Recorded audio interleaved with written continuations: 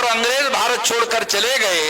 अंग्रेज भारत छोड़कर जाने के बाद गांधी ने एक बहुत बड़ा धोखेबाजी का फैसला किया और जवाहरलाल नेहरू जो ब्राह्मण था उसको भारत का प्रधानमंत्री नॉमिनेट कर दिया।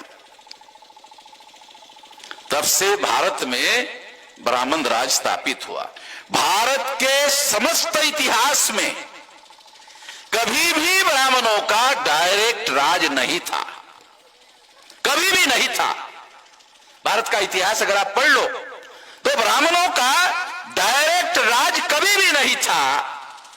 गांधी ने एक ब्राह्मण को देश का प्रधानमंत्री बनाया और सारे देश पर ब्राह्मण राज स्थापन कर दिया।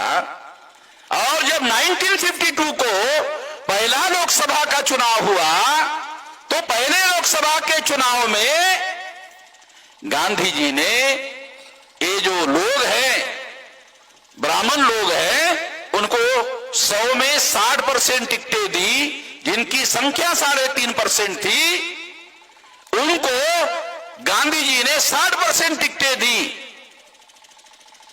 और 48% से ज्यादा ब्राह्मण चुनवा कर आए।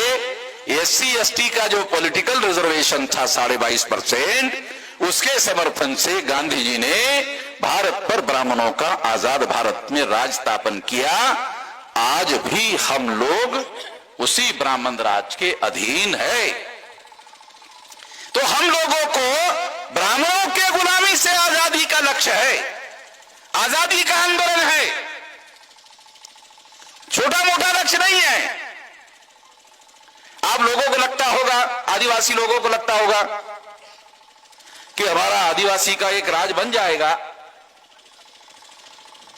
अरे ऐसे बैकवर्ड क्लासेस के तमाम लोगों को दिल्ली के ब्राह्मणों ने मुख्यमंत्री बनाया, वो मुख्यमंत्री को काम नहीं करने देते। पवार साहब को पूछ लो महाराष्ट्र में, पवार साहब तो बहुत बड़के नेता रहे हैं, उनको पूछ लो।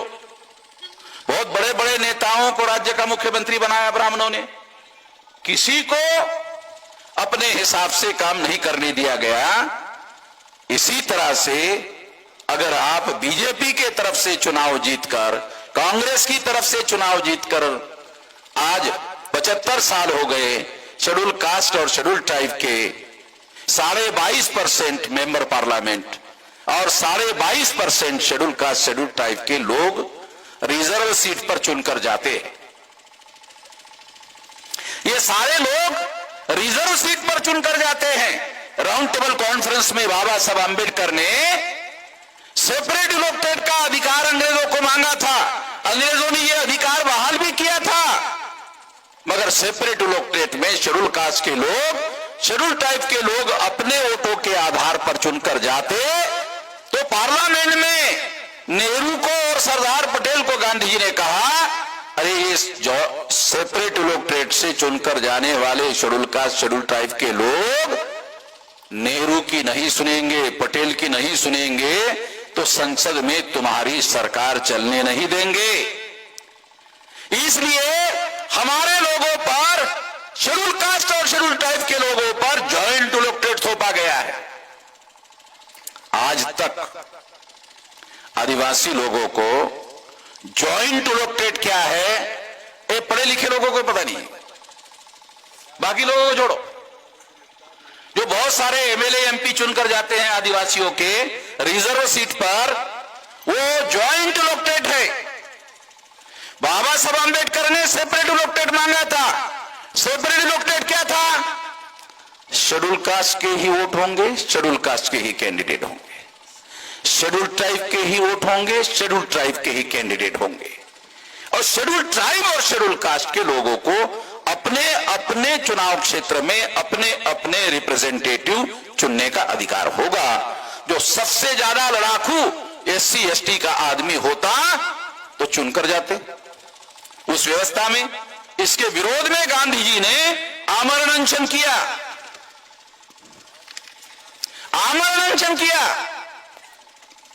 है किसी आदिवासी को पता है, किसी पढ़े लिखे आदिवासी को पता है कि ये जो separate elected schedule caste schedule tribe को होता तो 131 मेंबर पार्लियामेंट होते, 131 मेंबर पार्लियामेंट होते तो तो नेहरू की सरकार को कभी बहुमत नहीं मिलता, इंदिरा की सरकार को कभी बहुमत नहीं मिलता, और शेड्यूल कास्ट और शेड्यूल ट्राइब के सपोर्ट के बगैर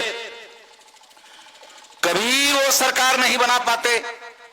न नेहरू बना पाते, न इंदिरा, न राजीव गांधी बना पाते, न अटल बिहारी वाजपेयी बना पाते। कोई सरकार बहुमत की नहीं बना पाते, और बहुमत का आंकड़ा 131 SC ST का बन जाता, सेपरेट इलेक्टेड में बन जाता। तो इनके सपोर्ट के बगैर सेंटर में कोई सरकार ही नहीं बनती।